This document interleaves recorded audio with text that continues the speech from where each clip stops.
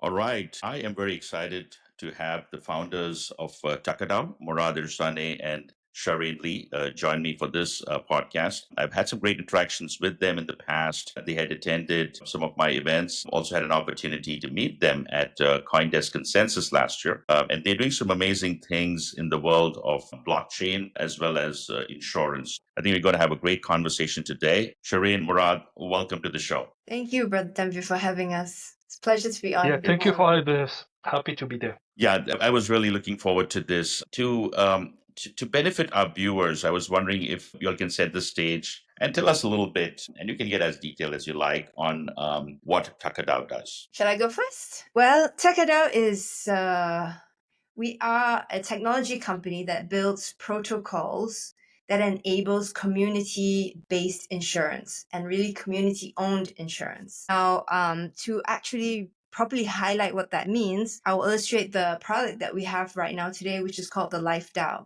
Now, this is an association of people who've come together to, number one, protect one another, and this is where the insurance bit comes in, as well as to grow their wealth together. And what is so unique and so special about what we're doing at TechADAO and what we're doing at TheLifeDAO is that this is not the traditional situation where you, the customer, have a relationship with an insurance company and you guys are betting against each other, because that's what essentially insurance is. It's the customer is taking a bet against the insurance company and vice versa. What we're doing is we're saying, well, let's take insurance back to what it once was, which is people coming together to protect and help one another.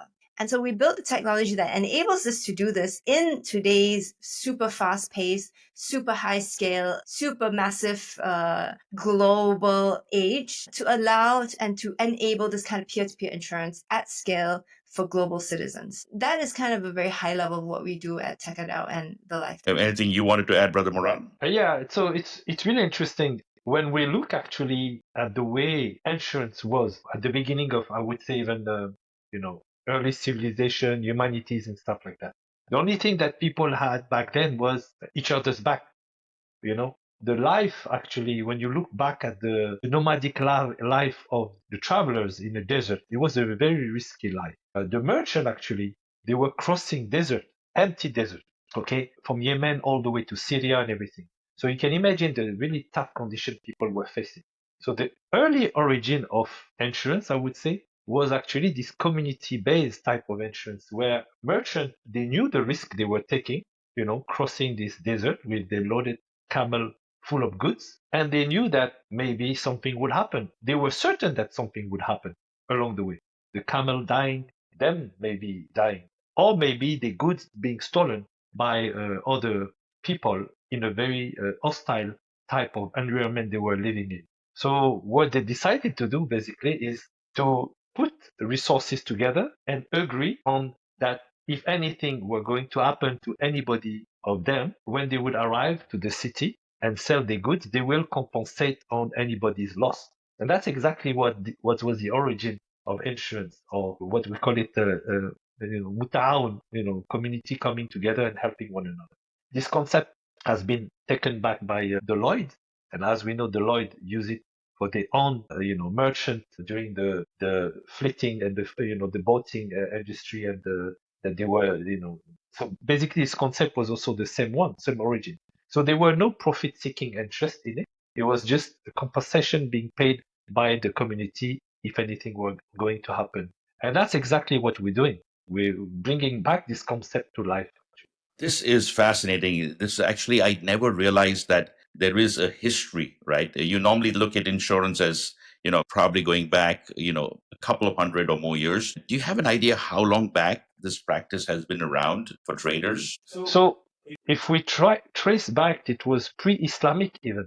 It was pre-Islamic that this concept were in place already. And as a matter of fact, during the time of the Prophet sallallahu alaihi wasallam, it was also something that was happening, and that was a tradition that the Arabs were also doing. And he didn't oppose it and didn't, went against it basically.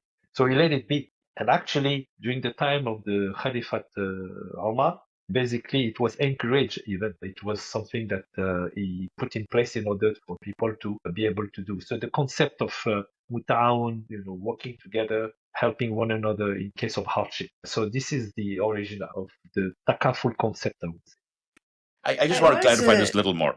Okay, go ahead, please, Sister Sharene. I wanted to add some color to that because the history of the insurance industry is actually fascinating. So I think insurance, the way we know it today, would have been called a different name way back when. But it's always been something that's inherent. Like, why do human beings get together in communities? Why did they become families? Families become communities. Communities become little villages. Villages become towns. Because there was always this idea that if you band together collectively, that's how you become strong. And that's how you help each other. That's how you protect one another. So then, you fast forward to a more kind of recent, modern way of humanity where people are settling in towns and they're trading. Then insurance becomes something that had a very practical financial aspect to it. And so now they came together to protect one another, not just say, we fight against some neighboring tribe together, but that financially protect one another. So if something happens to you, we give you money. Something happens to me, you give me money. Then it evolved that way. And then that was the history of insurance for all humanity, not just for the Muslims, by the way, but for all humanity, all races, every society around the world for the longest time. It was always about people who had the shared interests. So the earliest examples were the tradesmen's association. So the iron workers, for example, very dangerous job. So they said, we will all band together. If something happens, we'll take care of one another's families. So it always started with these groups of people who had some kind of shared interest or some kind of shared risk that they identified and say, we'll help each other against this risk. Now, that goes on for the longest time until somewhere around the 19th century. And what happens at that point? First of all, that people started moving to towns, okay? So they started to cluster together in a very unprecedented way. It never used to be so many people, high density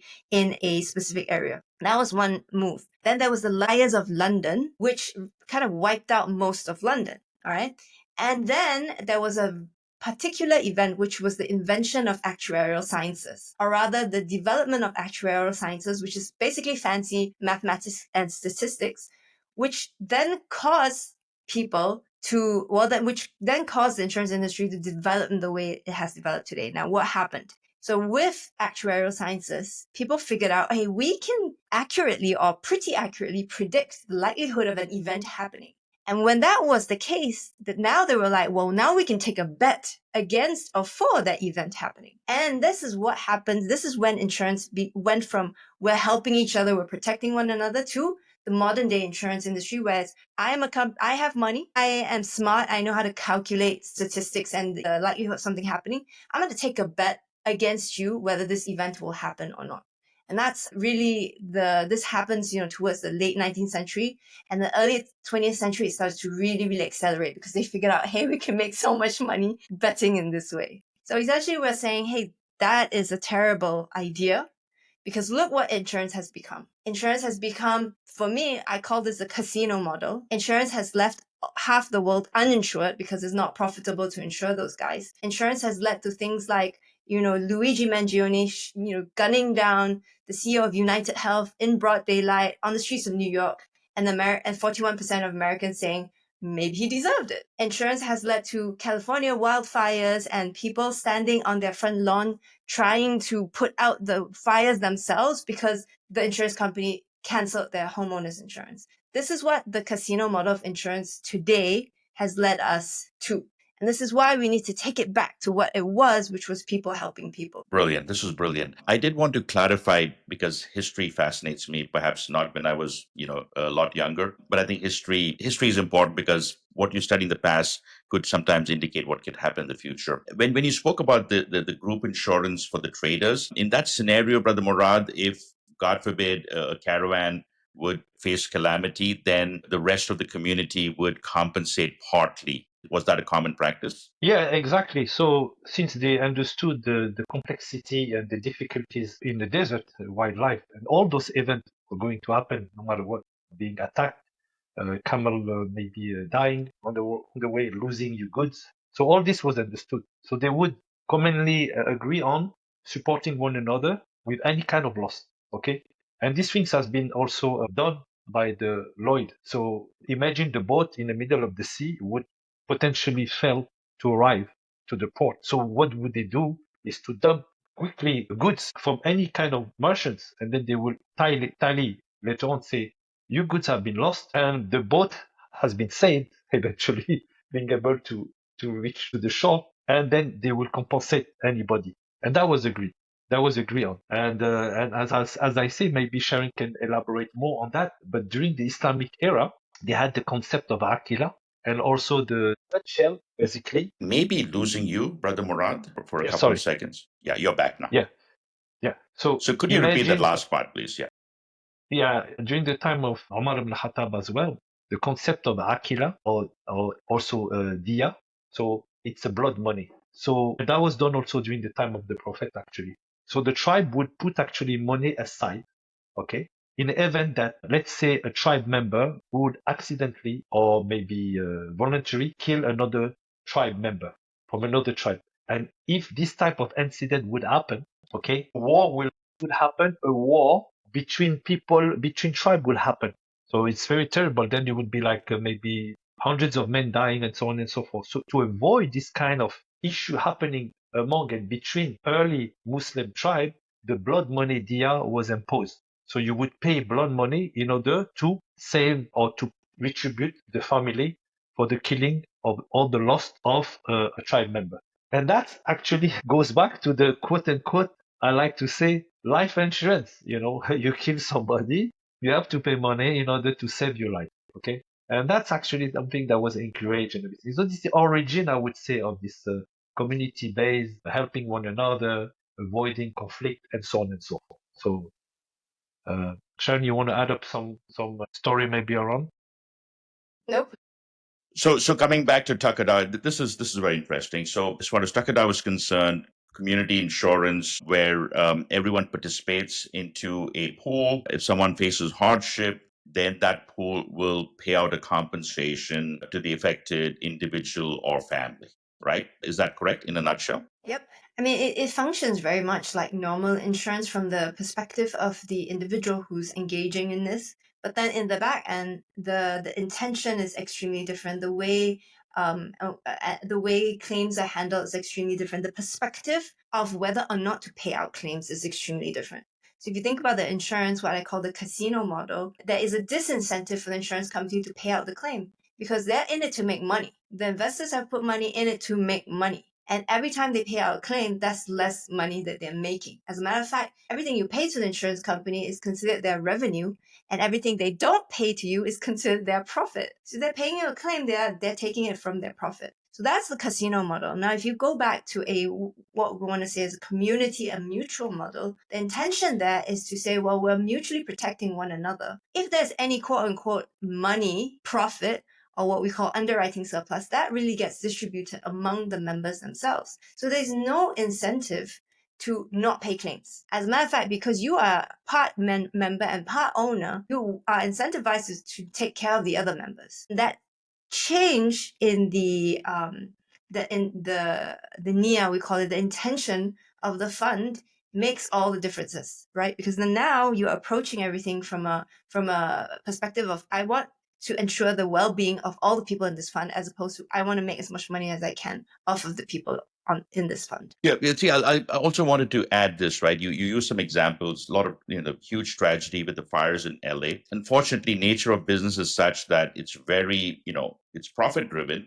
No problem with that, but it's a very short term thinking, right? Like one or two bad quarters and an insurance company or a Wall Street will want dramatic changes. But where I feel the system is so wrong is like a person could be paying insurance his whole life, and then one calamity and the rates go up because insurance companies want to show profitability to Wall Street, right? And I feel that is such a flawed model because it shouldn't be based just on that 1 year, right? It should look, I think, I wish there was a way it could have been looked historically, where you look like, hey, you've been paying premiums for years, right? One bad year shouldn't hurt that insurance company, right? I wish there was, maybe I'm being an idealist here, but I wish there was a world where there was that, balance, right? What are your thoughts? I mean, this is why I don't believe that people who are in the insurance industry are evil. Not at all. I believe, however, that the system is rigged against the individual. Now, you pointed it out, it's a for-profit system.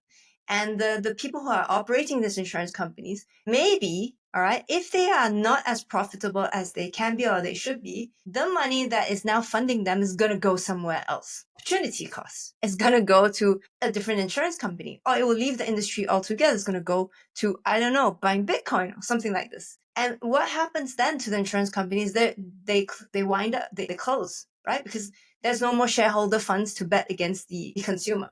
So as a result, that in that system where the insurance company is a for-profit entity is broken to begin with. As let's say the CEO of an insurance company or an employee, what do? You have no choice, because you either make that difficult thing of saying, well, I have to reduce the number of claims that I'm paying out, or I face shutting down the company, no insurance for anybody at all, or some people get hurt, but the majority still get insured.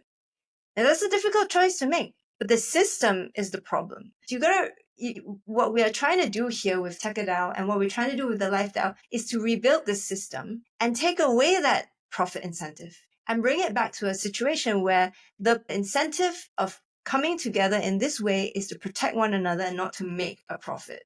So this is where we see the big opportunity, because it doesn't mean that if we take away the profit incentive, it doesn't mean that, by the way, Takadao is a for-profit company. It's not by any shape or form a non-profit company. However, what we do is we enable the non-profit part to take place by building the technology that enables them to do this. And it is that simple adjustment of why did you build this fund and how do you build this fund and what are the intention behind it, that makes all the difference in this particular case. Now, going back to why you launched Takadao, I've heard you speak in the past, you and Brother Morrad, and I believe that you saw hardship with someone dear to you within your network or within your community, and based on that hardship is what inspired you to launch Takadao. Could you tell us a little more about that? Yeah, very much so. I mean, so this was a family friend, and I remember the sister. She's around the same age as I am. The children were around the same age, and we were living in Ras Al Khaimah, which is an emirate in the United Arab Emirates at the time. So her husband goes to Mecca for Umrah. This is like a 24-hour drive away from where we're living at the time. And then on the way back, he went with a friend. The family was home. On the way back, the friend who was driving falls asleep. They get into a car accident. I believe they went underneath a really large truck, and the car was completely smashed, and they both died there. Right? So this is a shock. Nobody expects this. Nobody ever thinks this is going to happen to them, but it did happen. And when we learned about it, the very next day we went to offer our support. We, meaning me and some of the other sisters in our friend group. And when I got there, what really struck me that day was that picture is still in my mind. It's so fresh. I entered the room and it was packed with people. I'm pretty sure I never seen that many people in a small enclosed area before. And they were all there to offer support. They were all there to help her. They were all there they brought money, they brought food, they brought gifts for the children. They brought, anything they could. And that struck me then and there. And I thought to myself, look, when something bad happens to you, an insurance company isn't going to cover it. The government, sending a social worker in isn't going to cover it. You actually need ongoing support. You actually need people around you to do more than just give you money. You need moral support. You need advice. You need just somebody to hold your hand. You need somebody to take the kids for a day. You need the entire community. And that stayed with me, and I was like, hey, this is what we're missing. We become this society where we're so commercialized, we buy everything, right? We even buy support. That we've just been disconnected from the community. So that really the larger impetus for me is to rebuild these community things, but on a basis where people can trust one another.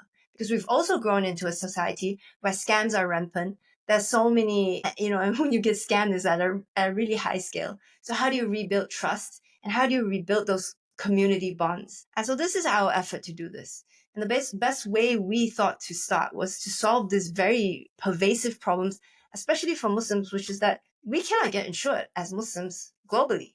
Like pretty much everywhere in the world that you go, and I've lived in many different parts of the world, insurance is haram, right? There's only a select few countries in the world where you can actually get Sharia-compliant insurance. And that is the foundation of community at the end of the day. Go ahead. Yes, no, that's a very powerful story. In fact, it a little emotional for me too, because especially when you said that community aspect, right? People showing up with food, support, maybe even money. When we were relatively new in the Bay Area, my dad, was very ill. And it was very heartwarming to see how the community showed up, right? Same thing with the food, and alhamdulillah, he had good Inshallah. medical care, but just that moral support. And the reason I say that is sometimes our faith is, in the Western world at least, is misunderstood. But people don't realize, the family values, Islamic values, and the faith, right? And it's beautiful to see how you've used a personal experience to build a solution that inshallah will God willingly will benefit millions all over the world, or if not hundreds of millions. I want to switch to Inshallah. Brother Morrad with a question. Now, it's never easy building a fintech startup. Building a fintech startup with the Islamic element, probably a lot more complicated. What are some of the biggest challenges that you have faced as entrepreneurs, Brother Morrad, and or continue to face, and how have you overcome some of those? This could be probably a longer discussion, but maybe you could pick the top one or two and give us an idea. First of all, building a startup is always a challenge. So you try to solve a problem, and a huge problem, actually, the way also we try to approach things, usually Sharene and I, when we try to build a company or a startup, we try to really pinpoint real problem that not too many people want to tackle and change. So when you look at different industry, you will see the last mile logistic industry was a big challenge 10 years ago, 15 years ago in the Middle East. That's something we try to solve by building a marketplace to help people, reduce this friction of getting your goods delivered to your doorstep. Because in the Middle East, they have no address. So it's very difficult to reach people through your address because of the complexity of not having a specific location. So anytime when you see a big problem happening in a certain area, certain place, whatever, you as an entrepreneur, you find the opportunity, think around. Of course, most of the time you expose to these difficulties and you try to solve it. So the bigger the challenge, the bigger the excitement actually from my part of history. I like to find a solution to a problem that is massive and difficult to solve. In that regard is more challenging because if you are going and step in as an entrepreneur, building that's something that many other people are doing, you literally try to do it better, compete and compete on better services, localize your solution in a different area, different region, and then you just copycat a certain process and make your startup successful. And that's also a good way. You bring something new to a market and you do it. In the fintech world, first of all, what is exciting is that Islamic finance is growing. Also, the insurance takaful concept is also something super exciting, but really misunderstood by the global community. This sense of community-based support, helping one another, could really be a solution to all the problem modern society is facing. As Shana was mentioning, removing the middleman, not necessarily the profit. Your company can be profitable, but removing the middleman, putting back this fund to work for the community. So when we saw this exciting fintech solution that could help millions, you needed the right technology and you needed to be there at the right time, right place. Okay. So for example, some of the reinvestment and the money that you usually invest in the fund usually is tied up to government regulated funds, so on and so forth. So it's very difficult to actually innovate because you have to tie up your money, I would say your insurance money to certain institutions and stuff like that. But when it comes to DeFi, or when it comes to blockchain, when it comes to crypto, it's a blank page, I would say, for any financial model, let alone insurance. So you have all these things coming up together as an entrepreneur, as somebody who's excited about doing interesting things that disrupt regulated industry. By the way, I don't want to go into the regulation part of it, but usually when you step in as an entrepreneur in a very innovative space, I always say you will be in a gray area, maybe in a black area. And then the regulator will come and regulate you when the time comes. But if you really want to innovate, you have to be in the gray space, minimum. So this is on the sideline. So when we saw that opportunity, blockchain, decentralized, DeFi, ability to transfer money, borderless, frictionless, with a MetaMask wallet or any type of decentralized wallet, the rise of adoption of stablecoin, when people actually can now send the remittance money to their loved one from New York to Nigeria to Indonesia. It's fantastic. Finally, you have some tools, some technology that exists that actually disturbing the status quo of the finance world. So now you're like knowing what we know as an entrepreneur, seeing the technology and ability to do things. I'm like, why do insurance or financial product stay hyper local when they can become global and using not the banking rail, but the crypto rail and making it able to do it. Then blockchain facilitate tracking, transparency. When you look at the Ethereum network, the rise of smart contract, the beauty of smart contract is what? For the first time, you don't need a lawyer, you don't need the judge, and you don't need the police. You have a contract that we all agree together that if A happen, B should happen. Imagine the sophistication of doing simple contract. I'm not talking about complex contract, but simple contract can finally be agreed upon and executed. And that's it. So when you see all this beautiful, amazing technology, I was with Sharene when we exited our startup. Brother Tanvir, we didn't even take a break from after selling and exiting our startup. I was telling to Sharon what we discover while handing over our startup that we sold to IKEA. I say if we take a break too long, this technology and what we are planned to do will be obsolete. So we had normally after exiting a startup, you might take 3, 4, a year break. We right away step into building Takadao immediately. So it was really this time and place technology solving a global product, a global issue, and bringing finally Islamic principle based on the new rise of set of financial system that you didn't have 15 years ago. You had to borrow from the traditional corrupted ribawi system that still exists today. And that's, all these things that, and the challenge are multiple. You have thousands of challenge, but as an entrepreneur, you go step by step, jump, fix them, break the world, continue, break the world, continue. And, you don't count the challenge. That's the key thing. You keep on going until everything is settled. That's the part This of is being an entrepreneur in that space. Yeah, this is great, maybe. Brother Morrad. Right. So go ahead, Sister Sharene. Yeah, maybe I can, because he got so carried away talking about what we do. He didn't even actually address the challenges that are being faced. Maybe I can be more specific with the kind of challenges that I face. I think, particularly in our space, in what we're doing, one of the challenges is people cannot imagine insurance being something different than what it is, right? Anytime we bring up the idea of this is, I try to avoid saying the word insurance because it really is different from what we're doing. But unfortunately, if you don't anchor it to something, people don't understand what you're saying. But when If you had to coin a term, Sister Sharene, if you had to coin a term apart from insurance, what would it be? Or have you thought of something? I would call That it if you, mutual protection, because that's exactly what it is. We're protecting one another. But so one of the challenges is, how do you get people to see outside the box? Because as soon as you see insurance, I kid you not, people shut down their minds. They're like, oh, they are already turned off by the word and the concept of it, right? So what we have to overcome is that, okay, we're trying to do this in a better way, in a way that is actually beneficial for you. So this is one of the challenges, is the mindset.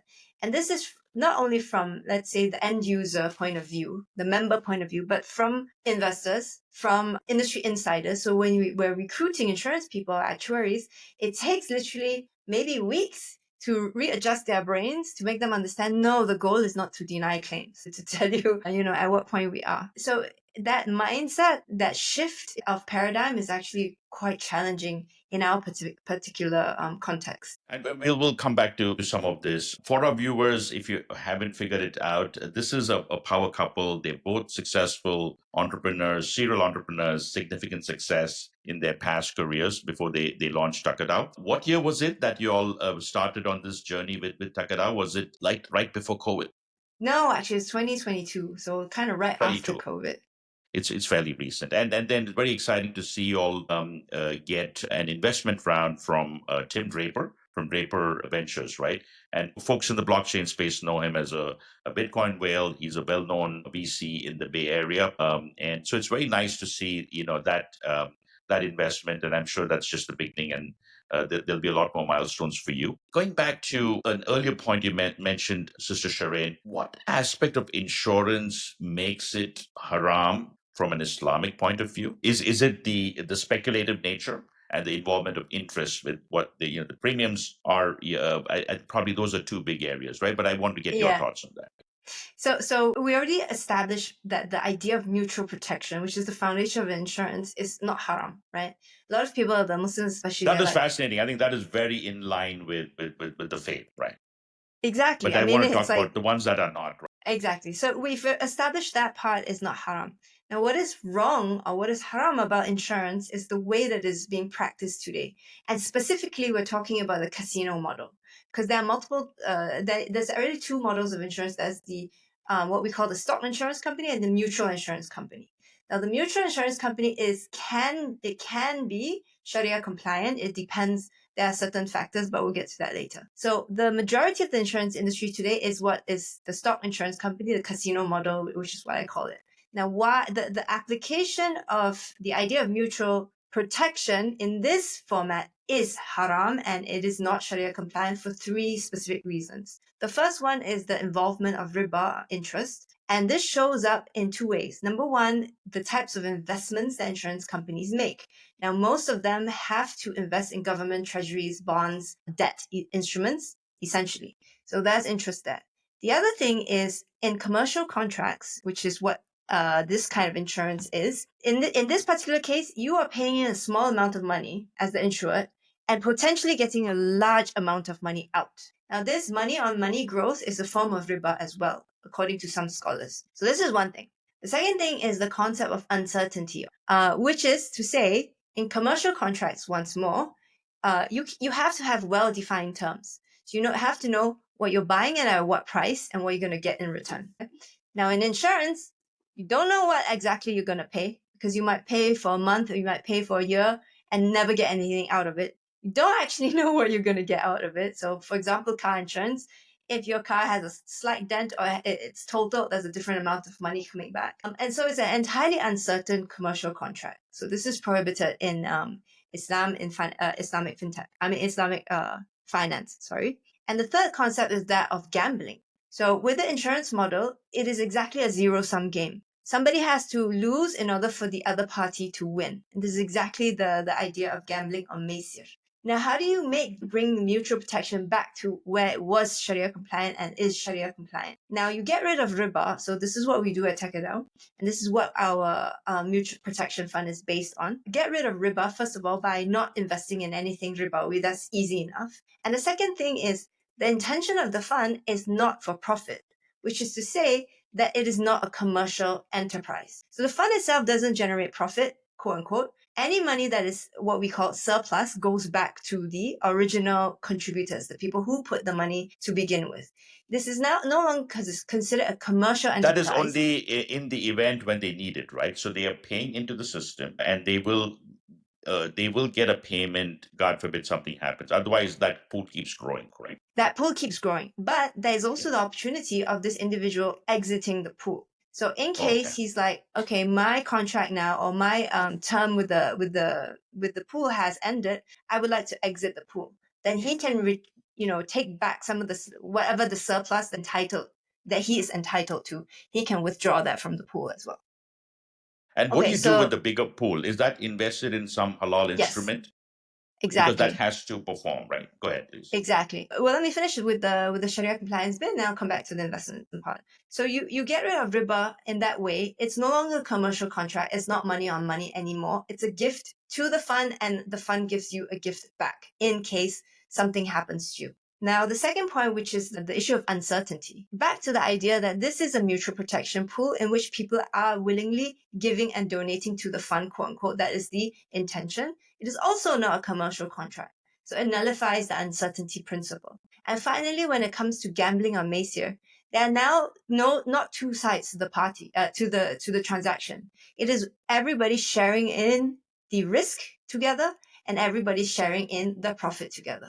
And so there's no winner and there's no loser. We're all part owners and we're all beneficiaries of this fund. And so that makes it Sharia compliant.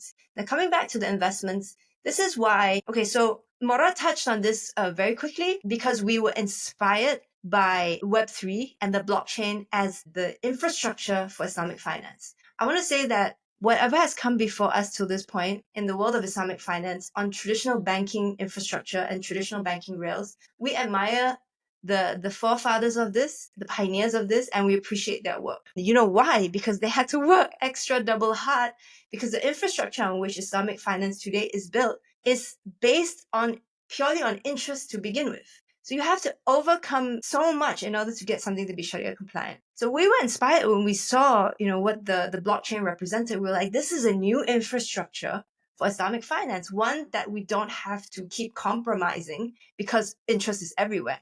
This is a fresh, untouched infrastructure that we can now build our systems on.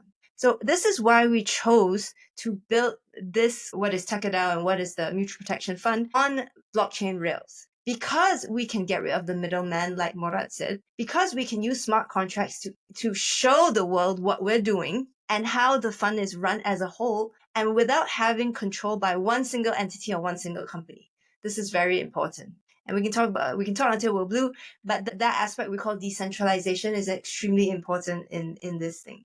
Okay, so having said that, now that we're on blockchain rails, which we have declared to be the new infrastructure for Islamic finance, there are lots of interest-free, Sharia-compliant opportunities for investment on the blockchain. Traditionally, it's really hard to find. You have stocks and equities and you have real estate. But in this particular case, you have a bunch of new avenues where you can invest your money, as well as invest in real-world assets like equities and real estate. But in addition to that, you have new products that have come up which are Sharia compliant. This is where we'll place the funds of the TLD. And when I say we, I don't mean we TechDAO. I mean we, the community. Everything has to go through the approval of the community. Of course, at the beginning, we'll set the rules. But then if the community wishes to change the rules, that is up to the community. And this is why the transparency is important, because they need to know what the rules are in order for them to change it. I think this is a good segue now to talk about the overall Islamic, finance industry. From what I read, and this was, a little dated, maybe a year ago or so. So the numbers may have changed since then. But globally, there's about $4 trillion of assets that are considered Islamic finance. It's a big number, but still a fraction of the overall, the larger market, right? If you look at, there's banks in the United States that have more than 4 trillion, right? Just a single bank may have a lot more than 4 trillion in assets under management. But there's also the fact that in the future, I think by 2050, there's going to be 2.8 billion Muslims that kind of number, right? Well, I may not be fully accurate. 2.8 billion Muslims out of 10, which almost means that 3 in 10 are Muslims, right? And a very healthy middle class, across from Indonesia to the Middle East and other parts of the world, right? And Islam has very specific requirements when it comes to finance. So in a way, you have a captive audience. I think the opportunity is enormous, but perhaps a lot of people in the West don't get it. So I want to get both of your thoughts on this. As why do you think the world should start noticing about the potential of Islamic finance? Your perspective. Look, you pinpoint something very interesting. Okay, we are the largest community in the world, the fastest growing community in the world. We actually, when you look at Europe in terms of population growth, they're having like a quarter baby per couple, or even not even more than that. Sometime in Japan, is becoming negative. Very big problem. So yes. the statistics are there. Now you raise something very interesting. A question that is very interesting. You're talking about Islamic finance, but we have to look at it in a more interesting way. We have to look at it in the ethical finance. Because don't forget, Jewish, Christian, and Muslim, they actually ban all religion, ban interest. Interest is not allowed in all form of religion, particularly the monotheist religion. And it's very recent that the church actually kind of allowing, I would say, riba to exist. Actually, at the time, they were letting the Jewish community manage the riba because themselves, as good Christians, they will not touch it. Okay, and that's historical proof, and that's how they're starting the banking system and all this kind of, and the rise of the amazing Jewish elite in the financial world. They were pushed somehow to do it for the Christian because they didn't want to touch interest. They didn't want to touch interest. Okay, so now you're talking about the Muslim. To my own knowledge, when I look at the Muslim, right now they are catching up. They are not in a position actually to lead anything. They are just worrying about, how do I buy my first house? Should I use riba or not? When I buy my first house, I'm sorry, Sheikh, but I need an insurance, especially when you live in the West. And then I'm obliged to take another insurance. So they actually, themselves, as a community living in the West, they overwhelmed and surrendered by this difficult system. And the funny thing, the rise of Islamic finance, in my own opinion, it comes from the rise of the non-Islamic, non-Muslim people. I give you an example. The founder of Satoshi and the Bitcoin was what? It was the rise of non-Muslim being sick and tired of the failing banking system in America, say we need to find a solution. And they were not Muslim. They were non-Muslim. And they say we gotta have to get rid of injustice. We have to find a system that is fairer, better, and let's get rid of this system. That's one thing. And this is, and actually in the insurance world itself, or the financial world today in America, the people who are the most concerned are not the Muslim, they are the non-Muslim. They're actually gathering together to build up a takaful concept themselves. They say, let's get rid of the insurance system. Don't kill your insurance provider, please, Luigi. Take it easy. No need to go to that extreme. And it's crazy what's happening today in America. So the people are coming together, mostly non-Muslim, saying we are sick and tired. We want a fairer, better system, because as human beings, at the end of the day, there's still this notion of fitra, natural goodness, natural good things you want to do. So what I see happening is that the rise of Islamic finance is starting with non-Muslim, and we don't have enough actors actually in the Muslim space to step in, because yes, it's happening in a Muslim country where you have facilities with Sharia banks, Sharia insurance, but in the West, it's coming from the non-Muslim, pushing the boundary to innovate, to find a more ethical, more inclusive, more. And when the non-Muslim, they discover Islamic finance, they say, wow, we can use this system, we can use this. You see? So this is a little bit to relocate. The Muslims are waiting. I don't know. In the West particularly, I don't want to be critical about, I don't say they are not doing anything. There's many people actually, they were working in the traditional banking system, financial system. They realized Islamic finance product can really solve many of the non-Muslim and the Muslim-alike problem. But the push and the innovation, as I mentioned, come from people in the West really sick of the system and say, I want to change that.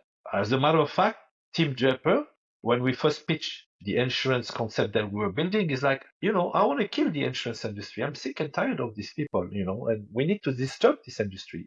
It's not sustainable, You see, that's interesting. So our first check come from a non-Muslim. Can you imagine that? Didn't That's come from a beautiful, Muslim. Shariah. See, so again, this is what I want to restate. And inshallah, our youth, they are proud of being who they are. They don't take no for an answer. And that's inspiring, because what we did ourselves, apologizing, when we meet, or, I need to exit the conference or a meeting because I need to pray. All these things, this is where we went through when we were in America or in Europe. But the youth, they say, you want to hire me? I need my prayer time. And I don't care if you Google or Apple. You want to hire me? I want my Jumu'ah. You want to hire me? You better have a halal meal coming on the table. What we're seeing is seeing that the young generation, they are not apologizing anymore. And that's also exciting. So the combination of what the non-Muslim are coming up, because they're like so upset with the injustice, they overcome that, and they're like, we need a better system. And then you see the rise, and that's why I say it's amazing to see this combination between non-Muslim building on blockchain, crypto, and everything, solving the issue, and then the young people coming and building finally with our great tradition of Islamic finance that we can revive, because Islamic finance has been there, will be there, and will continue to be there. It just needs to be rising up. And that's the rise of Islamic fintech, inshallah. Well spoken, right? And I'm very bullish about, and I'll get Sister Sharene's take on this in a moment. I'm very bullish about Islamic finance for many reasons, right? I told you the population, the need is there. In Malaysia, we've seen a lot of Hindu, or because Malaysia is a very diverse country, there's Chinese and Hindu people or people of Indian origin who are clients of Islamic banks because they like the product and they like the fairness and the performance and all of that, right? So I think that's a great testimony, but we need to see more of that, right? And then talking about sheer numbers, I think the Muslim population, when you look at it holistically, I think that opportunity could be bigger than India and China combined, right? Which I think that itself is huge. And I feel in some cases, I think non-Muslims get it. Right. I'll tell you a story which is not Islamic finance related, but I had a friend from India. He and his partner from Toronto called me because I had been to Hajj in 2018, and they wanted to know about, halal tourism and halal travel and all of that. And it's non-Muslims who are sometimes seeing the opportunity when and quite often when many people in the Muslim community themselves may be oblivious to the opportunity. So I'm on a mission, shameless advertisement of the work we do. So I launched the Halal Money Forum to create that awareness about Islamic finance and Islamic fintech, especially in the West, right? And to educate folks, different stakeholders, whether it's investors or the community at large, about what's available, and then it allows us to put spotlight on the organizations, the entrepreneurs, the executives, and the founders in the space, right? And we do a host of events. We call it the Halal Money Show or the Halal Money Conference. I've had the privilege of you speaking both at a virtual event that I hosted as well as our in-person event in Silicon Valley. And we'd love for you to come back. And we're hoping that awareness will help the entrepreneurs, will help the community. And I think that's a big part of our mission. With that, I wanted to hear Sister Sharene's thoughts on the overall Islamic finance market. My question was, why do you think people should care about Islamic finance? So, first of all, I actually read somewhere, I was doing research for a workshop that I was doing, there's $13 trillion of quote unquote Islamic wealth, and that's across individuals and institutions. And then the interesting statistic was that out of that 13 trillion, or I can't remember exactly what it was, 12 point something, 9.8 trillion of that is in non-Islamic institutions, right? So I straight away identify, well, there's an audience there. So There's an that's in line with the opportunity 4 there. million that I mentioned, right? You said Yeah. 13. I said 4. I think the numbers kind of Yeah, make no, sense the now. numbers are, Yeah. it just depends on who you ask, right? Okay. Yes. Likewise, if you look in the insurance industry, you have it's a $9 trillion annual revenue industry, not including the assets that they control. This is just money they Is get that globally? 9 trillion globally or just in the global. West? Yes, just Global. Okay. globally. Yeah, just fresh money It's every massive. year coming in. It's huge. And from that, Takaful industry or the Sharia-compliant insurance industry is only roughly 20 or 30 billion. So far away from anything. It's less than 0.5% of the global insurance industry. So again, I'm like, that's a huge gap.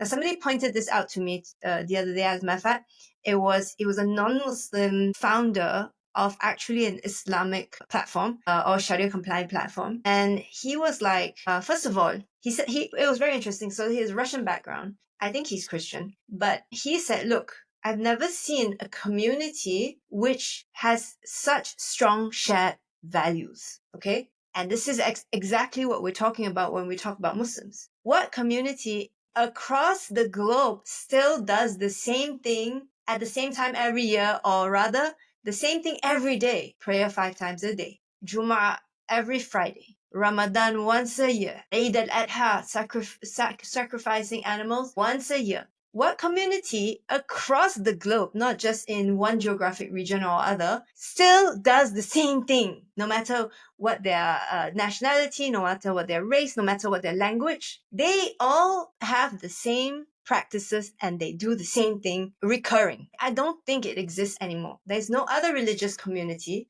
which has the same level of, I won't say consistency throughout. There's no social community which has this kind of adherence and this kind of strength in keeping these practices alive. Nothing. It's just the Muslim community. And this happens again, now back to the numbers, to be the fastest growing community globally. So it cannot be ignored. And like Morrad was saying, the other countries are shrinking. At the end of the day, the wealth and prosperity of a country, or what we call progress, comes from 3 things: natural resources, innovation, and population growth. You can try as much as you can to dig the earth, whatever. If you don't have natural resources, you don't have it. You can have innovation, but it caps out at a certain amount because you still need population growth in order to fuel that innovation. Population growth is the single most important thing that will indicate future progress. And today, population growth is among the Muslim communities who, back to the same shared practices, pray 5 times a day, eat halal, fast Ramadan, go to Hajj, sacrifice animals on Eid al-Adha. I don't know how you can ignore this community. So whether it's finance, whether it's food, whether it's tourism, whether it's whatever, this is the community that is going to be consuming for many, many, many decades to come. I'm enjoying this conversation greatly, and it's nice that we're not just talking about startups and fintech, but talking about faith and our way of life and so many other things, right? Our past experiences. In terms of potential, right? Malaysia is not a big country. I think 40 million people, and for many years they've been have a Hajj savings program. I think it's called Tabung Haji. And many years ago, when I looked at total assets under management, just within where I think a lot of the low income Malaysians sometimes will spend their entire lifetime saving for Hajj, and that was at 10 billion. And more recently, I looked at it, and it's probably almost doubled, right? So just one country, and not the biggest in terms of population, one product around Hajj savings is well over, like 15 billion plus, right? And if you look at that holistically across, different countries, Hajj savings alone could be a massive industry, right? And then you spoke about insurance, the numbers you shared are staggering. And it's my belief, I'm very bullish about what you guys are doing, because the whole concept of mutual protection, mutual insurance, community insurance, whatever term you coin on blockchain. And I want to switch a little bit onto the blockchain part. I have a few questions around technology and blockchain. I'm very bullish about what you guys are doing because the opportunity is enormous. I see a very qualified team of founders with a lot of passion. I've met you all at different events, and your passion is contagious. Alhamdulillah, right? And so I see, I'm hoping, and I think this will happen, is Takadao becomes like a household name in insurance. It's almost like, back in the day when we had photocopiers and Xerox was like photocopying. People don't say photocopy, they say just Xerox it, or Kleenex for tissue. You want to wipe your face, you have Kleenex. Let Takadao become that household name, right? And not just for Muslims, but everybody to take advantage of this, right? Now we spoke about the size of the what do you think we should do better as Muslims to let the world know that this is a multi-trillion dollar opportunity, right? What should the Muslim community do? Well, look, it's interesting. Very, very good question. You see the first immigrant in different places in Europe, in America, okay? What they start doing is actually, let's take the case in America. They start actually wanting to eat halal, okay? So it was not easy because you had to deal with a slaughtering house being owned by a Christian or a Jewish, because they had already those industry and they were taking care of that. So the Muslim migrant usually comes in and is like, I need to eat halal. So what do I do? So he goes to the butchers. The butchers say, okay, this is what we have. We don't have halal. And I'm talking about my own experience when I was in LA. We could not find halal restaurant. We could not find halal How long back was that, supplier. Brother Murad, in LA? What period were you in LA? In LA, it was back in 2000 and 1998, 1995, Well, all I this can I time. can relate. It's can bring back warm memories. I came to the U.S. in '97, and we used to live what is Yeah. known as the San Fernando Valley. And there was one Islamic restaurant called China Islamic Yeah. near Monterey Yes, Park. yes, yes, So we used to yes. drive in heavy LA traffic. We would drive 1.5 hour just to eat halal food at China Islamic, right? And now Exactly. fast forward a generation, and now you have so many options. I think in Toronto, you have Toronto, London, New York, Bay Area. Yeah. We have so many options, right? And it's kind Yes. of, you took me down memory lane more than once in this conversation, but please continue. Exactly. So you take this example, okay? You have, and I used to have one of the first quote unquote halal restaurant in LA because I was also, trying to buy. As a matter of fact, I started with kasher. Kasher, I could not find halal. I said, let's take the meat of our brothers, the Jewish, because they like halal. They're slaughtering at least. So I started with kosher, which is halal kitab, people of the book, we can consume from them, and then move on to find halal suppliers and so on and so forth. Fast forward, I come back to Chicago. I meet the king of halal now, Palestinian brother, who's now telling me story about Morrad. I built this, having a small slaughtering house. Now we're being the leading halal suppliers of chicken and beef now in America. And what is interesting is that the quality of the meat, the quality of the way it is handled, the kindness that Muslims are giving to the animal when it is getting slaughtered, no chemical. Halal is not only about just slaughtering the animal. The type of feeding you're giving, the way it is brought up, the chemicals that you put it or not. So it's all organic from day one. You know, you have to really look at the best quality. Guess what? By doing that, you attract Muslim and non-Muslim alike. And eventually, the entire industry become halal by default. So when you go back to France now, and I'm sorry to say that to the French people who are against whatever Islamic product that can come out, but you're eating without knowing halal chicken on a daily basis. Because guess what? The halal chicken industry in France has decided to go all the way in with halal. Because when they do halal, you can have the Muslim and the non-Muslim. So you have all this industry actually now shifting, okay, into the halal industry because, you know, you killed two birds with one stone. That's it. And then, so if we were able to do that with just fooling our belly, what about the financial aspect of it? So again, what you will see, it's a movement where people say, I will not bank with you anymore unless and until you have something Sharia compliant. I will not buy a house unless you do it in the Sharia compliant. And you see that happening in California. You see that happening in Canada, in the US. So what's happening? The traditional banking system, they say we need to be at least partially Sharia compliant or fully. And what's going to happen? You're going to see this shift happening. Else what? You're not going to bank anymore. And in certain area in Toronto, you cannot even bank anymore if you completely ignore the rising Toronto Muslim community. Same thing for Vancouver. You will see this happening. Same thing in New York now. So you see that movement. Then with the rise of TikToker, it's the spreading of the halal consuming and not halal consuming is becoming like a wildfire among the youth. So as I say, I have a big belief in the growing youth being more willing to say, I'm not going to bank with you if you don't do that. As I say, the traditional owner of traditional business, whatever it was the meat at the time, when they were doing non-halal meat, they moved completely, allowing the slaughtering house to be completely halal. Because you could not mix both. I cannot bring a pig and a lamb in the same slaughtering house because of economical reason. They said, let's go in completely halal.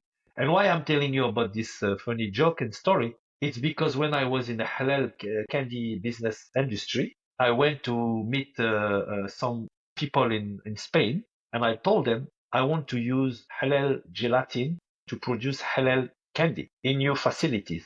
They told me we need to clean up the entire manufacture in order to do the supply of goods that you want to produce. And it was very costly. And they refused to do it. They say, I cannot do it unless you're okay having maybe 10% of your production still having pork gelatin in your candy, because through the process. So what I did, I went to Indonesia, Malaysia, where they had fully Sharia compliance production line to buy my product. Eventually what happened, the Spanish company, because they were very specific industries, very sophisticated, the gummified candies, like really high tech, it's not like a simple thing. Few years down the road, they decided to go all in halal and using only beef gelatin in their production. So if we were able to move the shift through consuming our product, the same thing will happen in the financial aspect of it, I believe. I was hoping you would That's say my that because while you were saying that, I said, hey, this is exactly what's going to happen, right? It was a struggle.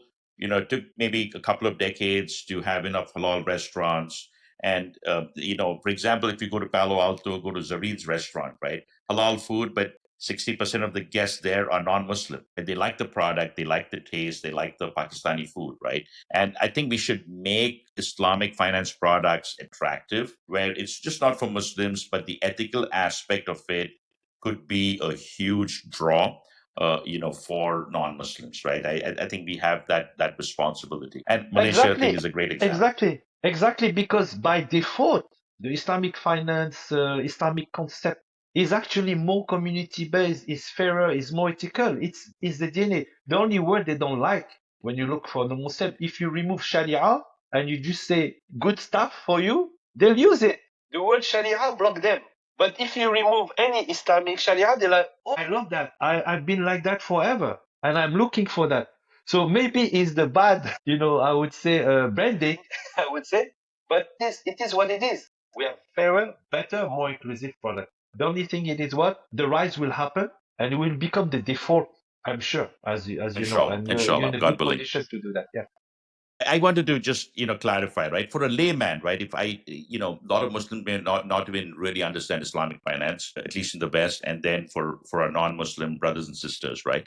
The things that appeal to me most about Islamic finance, right? There's five things, right? One is there has to be this shared risk model, right?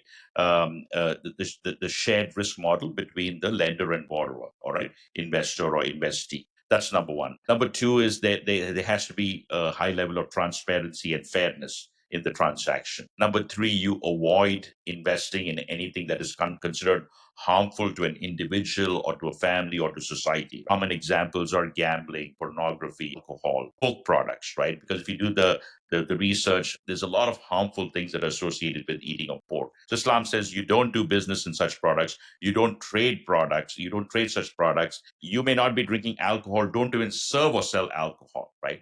And if you look at that, that makes it a much safer society because the statistics in the West are so scary. The number of DUIs that are happening just because people are drinking and all of that, right? And here's the beauty of Islam. And again, this show is not about promoting the faith, but I think there's so much of beauty in the way God had His wisdom laid out, right? So no dealing, trading, investing, buying harmful products, right? And then the elimination of speculation. I think a very famous story is during the 2008 crisis. Islamic banks, Islamic finance products did much better. They were not impacted, because you have to avoid speculation. And then the biggest thing is interest, right? There is a prohibition on interest. It's replaced by a profit sharing. Yesterday, one of my friends asked me, like, so is Islamic finance means it's like Qarz-e Hasna, right? It's just like a loan. I said, no, brother. In a lot of cases, it's profit sharing because, it's not like Islamic finance means you just give away money for free, right? That element of profit sharing, I think, is very beautiful. And I know there's some organizations who stick very well to the principles and some not so much. And I'm hoping, like you used that example, that when you started, you said that when there was nothing, rather than just eat a haram product, let's at least start with kosher and then quickly, figure out a way, right? That you do you do it in a humane way, right? You do the slaughtering in a humane way and make that product halal. So that was brilliant. I'm eager to hear what Sister Sharene has to say. What your thoughts on what should the industry do or what should we do to educate people, around Islamic finance, especially in the West. So I don't know about necessarily educating, but I think what can be impactful for us generally for Muslims, and I go back from a community angle, is for us to first actually embrace the products, right? And I'm going to tell you a story that's going to kind of upset a lot of people because of the current political situation and the genocide that's happening. I recently heard this story from actually an Uzbek brother that we met in Qatar. And he was telling us, in the late 90s, the Bukhari Jews started to leave what is now modern day Uzbekistan.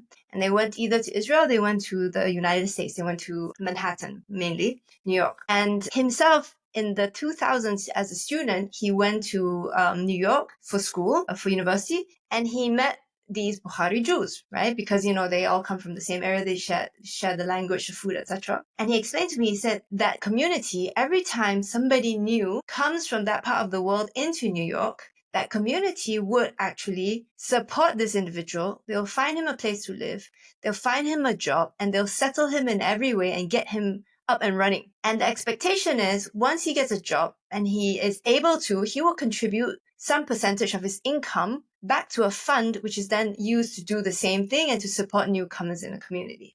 And this is why they are powerful today. It's a huge community in New York today, and I think many of them are, leaders of industry in the US. Now, this brother was like, I really hope that we can do the same thing for Muslims. And he told us the story on the basis of, I really like what you guys are doing, this idea of creating this community fund where people are helping each other and then using it as a platform to create prosperity and wealth within the community. And this is what I think we need to do. We have to go back to that aspect of we can all prosper together. If we just put all our resources in ways which are, first of all, Sharia compliant, we'll have barakah.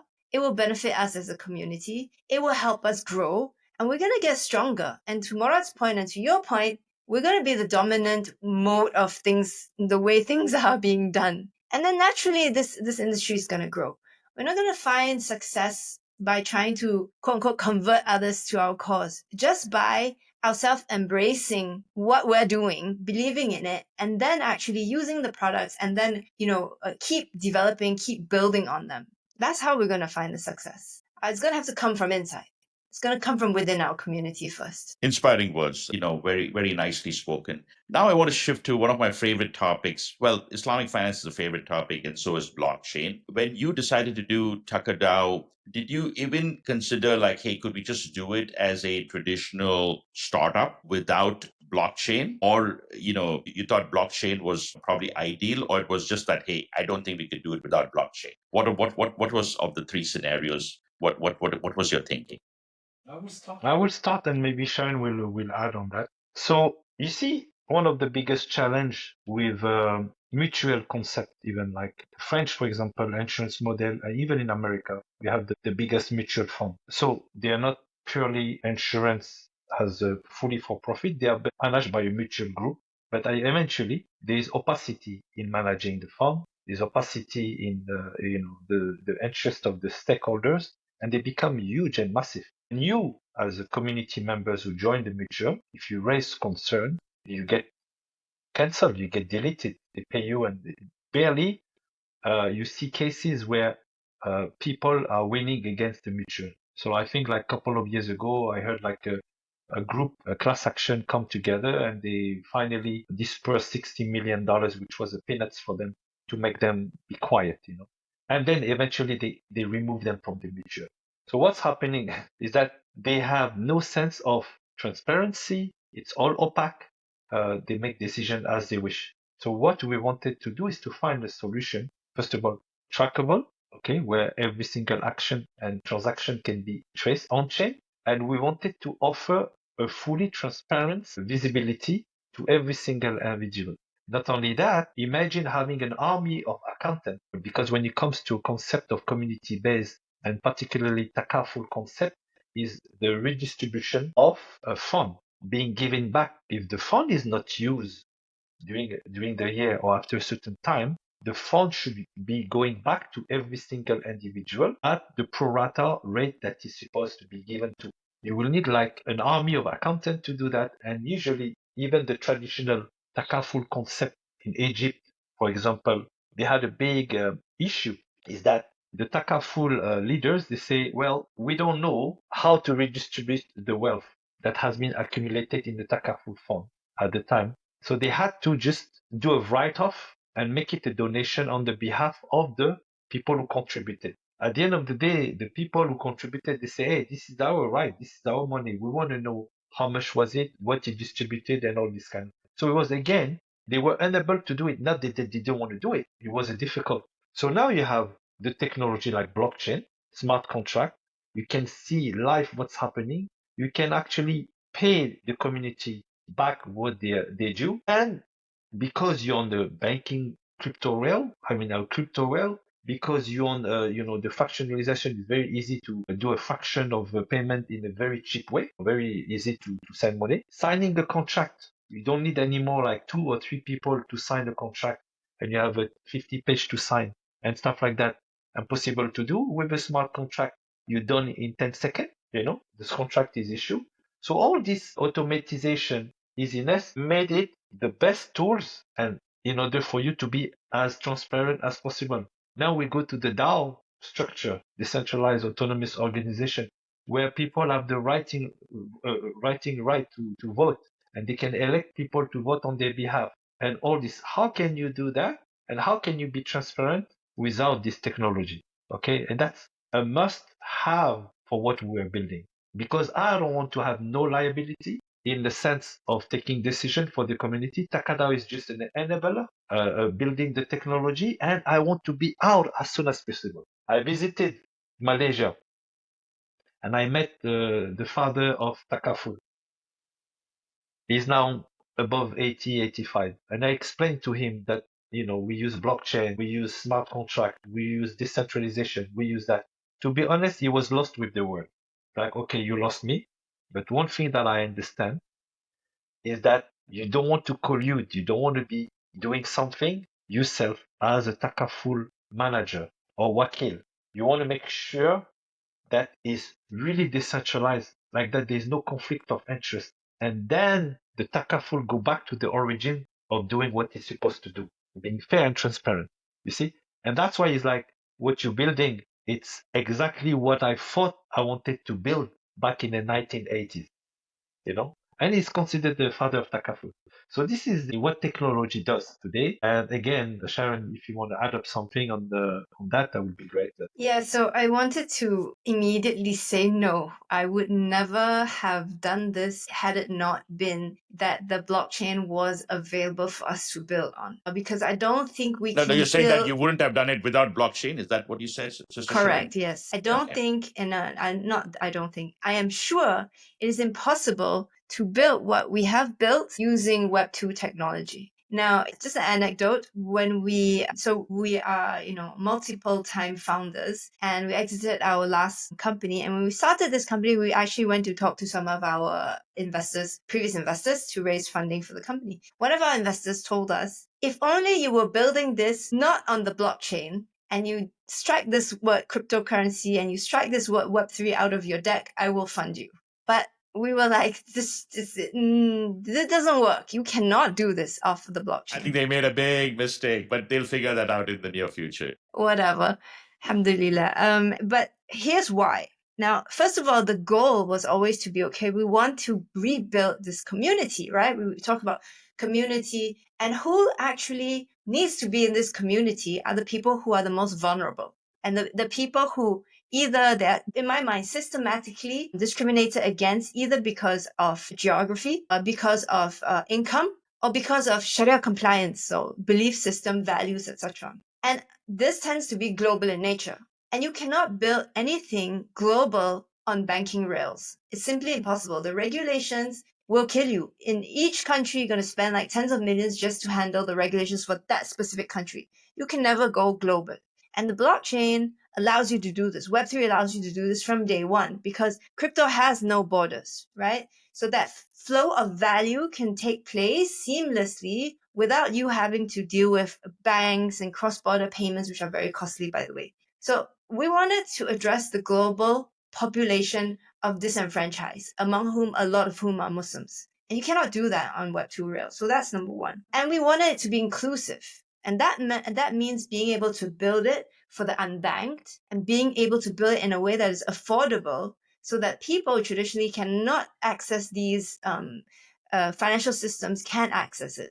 And again, you cannot do this on Web2 Rails for the reasons that I've already explained. Now, that's just like practical reasons, right? Going back to what Morrad said, which is really the core of what we're doing, is in order to change this paradigm, to shift from a casino for-profit model of insurance to something that is community-based, we need absolute transparency, number one, and we need a model of governance that is unassailable, meaning a model of governance that nobody can break, that there isn't this centralized authority who can do all kinds of stuff behind the scenes and manipulate the situation. And again, with Web2 technology, you cannot create that level of transparency and that governance structure, whereas you can do this on Web3. He brought up the story of the Egyptians, which I wanted to talk about as well. He's stealing my talking points. It's terrible. But the Egyptian government had a takaful fund. A couple of years ago, they declared, okay, there's underwriting surplus, and we need to distribute the surplus to the members, normally by takaful regulations. However, we've lost track of who gave what and when did they give and how much do they own, etc. So we're just going to give it to charity. Now, the members were obviously upset. They were like, this is, first of all, not the Sharia way to do this, but okay, you give it to charity, no problem. But anyway, it's supposed to be distributed back to us. Now, what was lacking there was technology, pure and simple. They needed a system of tokenization in order to track who owns what. And that already exists in Web3. And that's exactly what Web3 does. Again, in a seamless exchange of value way. And that missing piece there was simply technology. I give you another example of governance. Now, we touched on this a little bit earlier, but you have the casino model of insurance, and then you have the mutual model of insurance. Now, people will say to me, well, what's wrong with the mutual model of insurance? Aren't they supposed to redistribute surplus as dividends back to the policyholders anyway? And in fact, what happens is even that is corrupted because the technology that they are using has corrupted it. Why? Today, the mutuals are run by for-profit management, which essentially controls everything. If you go to the board of directors of a mutual insurance company, you will not see a director that is there representing the policyholders. You will just see a board of directors that represent the shareholders. So, Sister Sharene, Yeah. can we say that pretty much mutual insurance is dead in America or almost dead? Well, they are increasingly demutualizing, but this information I'm talking about is actually come from a Boston Globe article, and I'll send it to you so you can read and you can maybe share it with the listeners. But the idea is that the for-profit management, by the way, I misspoke earlier. I said on the board of directors, they only represent the management and they do not represent neither the shareholders nor the policyholders. So what happens is they create high compensation models, high levels of compensation for the management that are obviously tied to the, profitability of the fund. So you end up having a mutual model that's driven by profit incentives anyway, meaning let's deny claims. And the individual policyholder who is supposed to have a vote isn't able to properly organize because they don't know who the other policy holders are. And there isn't a platform for them to discuss and to group together and, to do shareholder activism. Impossible. And it is also that kind of relationship where they're in and out very quickly. And there's no visibility. And so in that model, it's broken. So if you want to reform that model, you have to come back to what Morrad was talking about. Absolute transparency, a form of tokenization that actually is actionable, meaning I am a token holder. I can therefore vote with my tokens. I can sign transactions, etc., in a visible public way while still protecting my privacy. You cannot do that on Web 2. I'm getting very technical, but the upshot to this is that whatever we're trying to build today, which is the mutual model of the past, but with the context of today, cannot be done on Web 2 technology. And that's why it wasn't. And that's why we can only do it today. And this will only exist because the blockchain exists. Very well spoken. And I think this is a perfect use case for blockchain. I would love to have you all back for a follow-up conversation where you can get a little deeper into, Takadao's story and, what's planned ahead and all of that. And we'll talk further blockchain as well. I'd like to, I had so much fun on this call. I quickly messaged someone saying it's 10:15 now. I said, I had a call at 10. I said, can we push that out? Because I was really, really enjoying this conversation. As we're getting ready to wrap up, I wanted to get a sense of what are a couple of big milestones you guys are looking forward to achieving in the not too distant future for Takadao? Anything that you could share publicly? Probably I'll go first and then Morrad can wrap this up. Really, I'm so inspired by the idea of community and the idea of us getting together and really uplifting one another. So our official launch, so we're currently in what we call the pre-join stage of the TheLifeDAO, which is the stage where we need to accumulate as much funds as we can in order to launch the Community Protection Fund. Now, if this was an insurance company, there'll be shareholders, they'll put money, and khalas, they start the insurance fund right away. But because this is not that kind of a setup, we actually need to get this money from the community and from the pool of members themselves. So it takes a little bit of time. However, we're getting very close. Inshallah, we will launch, the planned launch is June 15.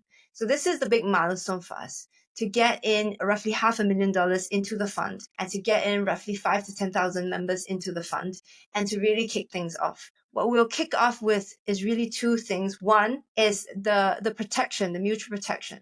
So when you come in and you become a member, first of all, you are part of this network, all right, which has your back.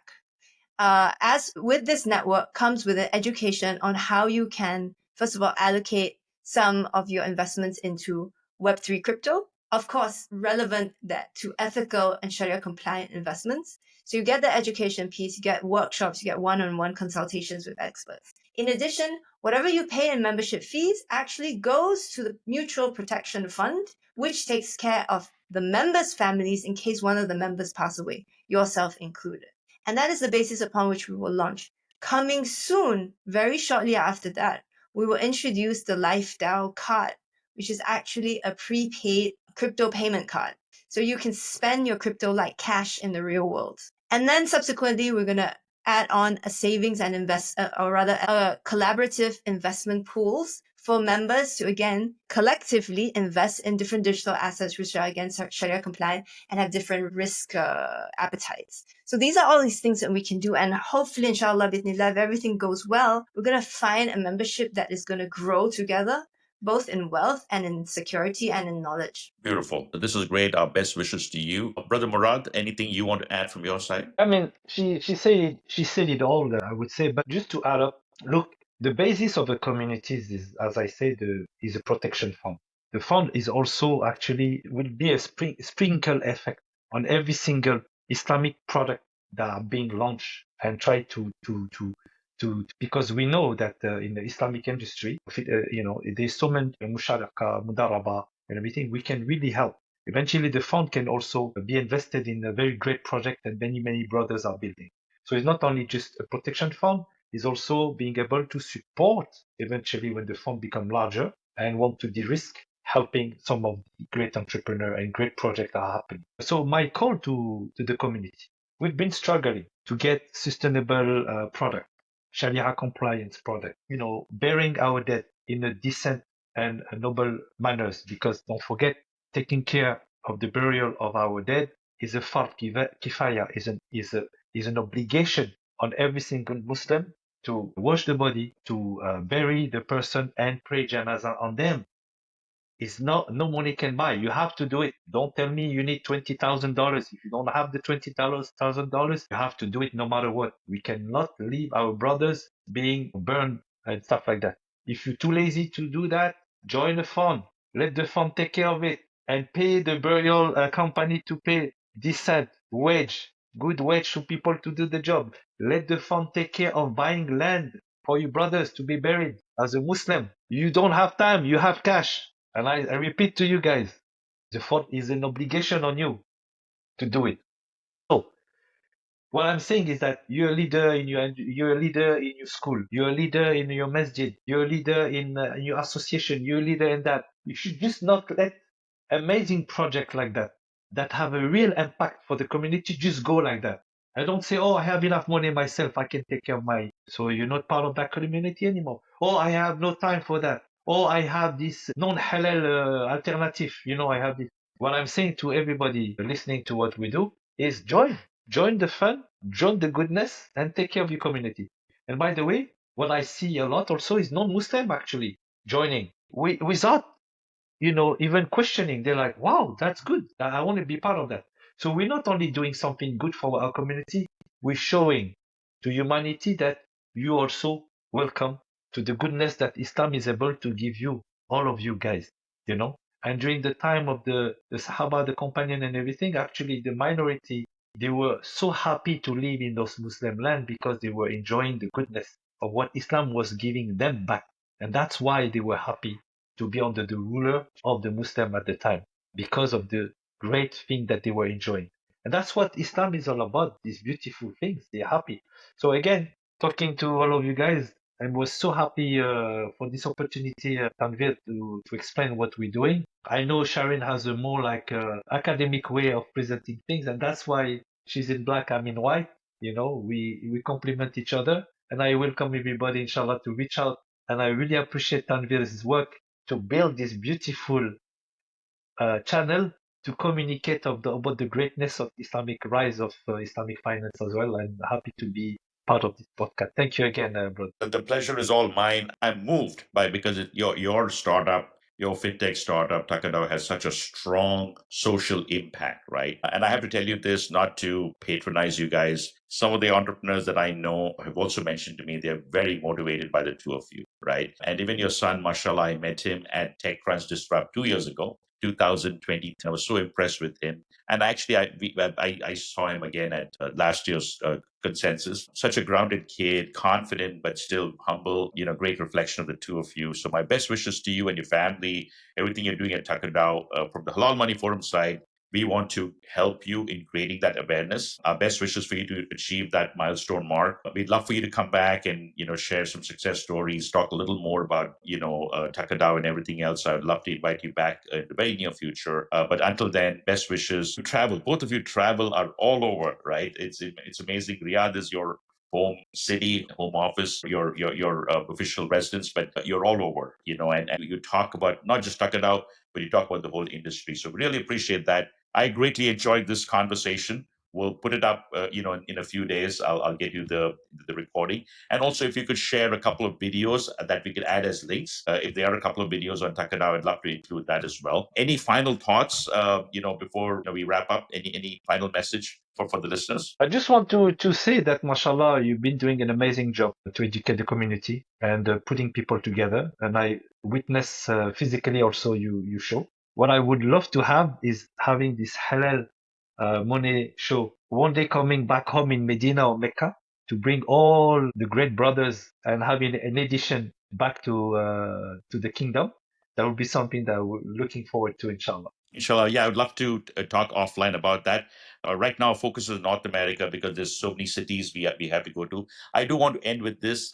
November, we are planning back, like how December you had come down to the Bay Area, the two of you. Really appreciated you all joining us at the Halal Money. It was our first big in-person conference, the Halal Money conference in Silicon Valley, December 7th. We're going to do that again in November. And in September 13, 14, we're going to do one in New Jersey and New York. And I also have Toronto and Dallas planned. And then there'll be a series of online events. And yes, we would, wherever possible, we'd love for you to join us, inshallah. And we would like to be with you in this journey to create awareness, and may Takadao become a household name, inshallah. Jazak. Thank you so much, Jazakallah khair. Thank you so much, Tanvir. Enjoy your day, and thank you again for having us.